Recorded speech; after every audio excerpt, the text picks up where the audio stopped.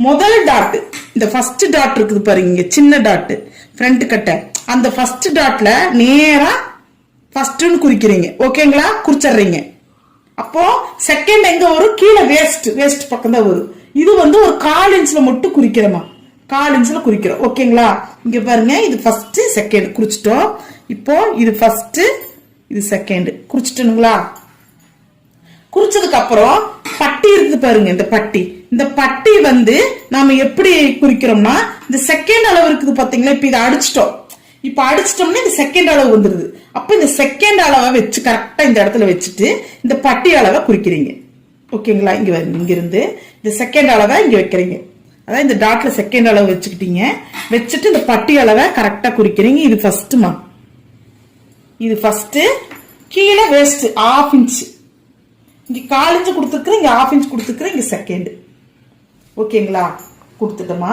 இப்ப நான் குறிக்கிற மெத்தட ஸ்பீடா குறிச்சிட்டு போனா உங்களுக்கு கொஞ்சம் கஷ்டமா இருக்கு. அதனால நான் என்ன பண்றேன், டேப் எடுத்து அளந்தே சொல்லி கொடுக்குறேன் உங்களுக்கு. சரிங்களா?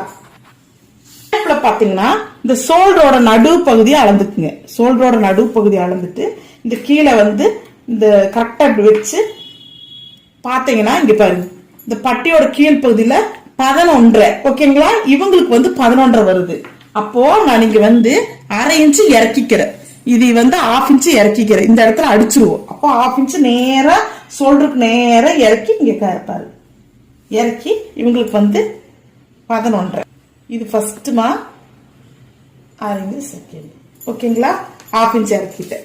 அப்போ இறக்குனதுக்கு அப்புறம் நீங்க இந்த சைடு இங்க வரும், இந்த சைடுல எவ்வளவு இருக்குது பாருங்க. கையோட ஆம்கோலுக்கு கீழ இருந்து இந்த பட்டியோட சைடுல 5 இருக்குதுமா,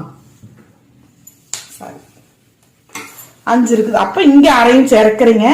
இறக்கிட்டு 5 இருக்குது. ஃபர்ஸ்ட் செகண்ட் 1/2 இன்ச்சுக்கு, இது ஃபர்ஸ்ட் செகண்ட். ஓகேங்களா?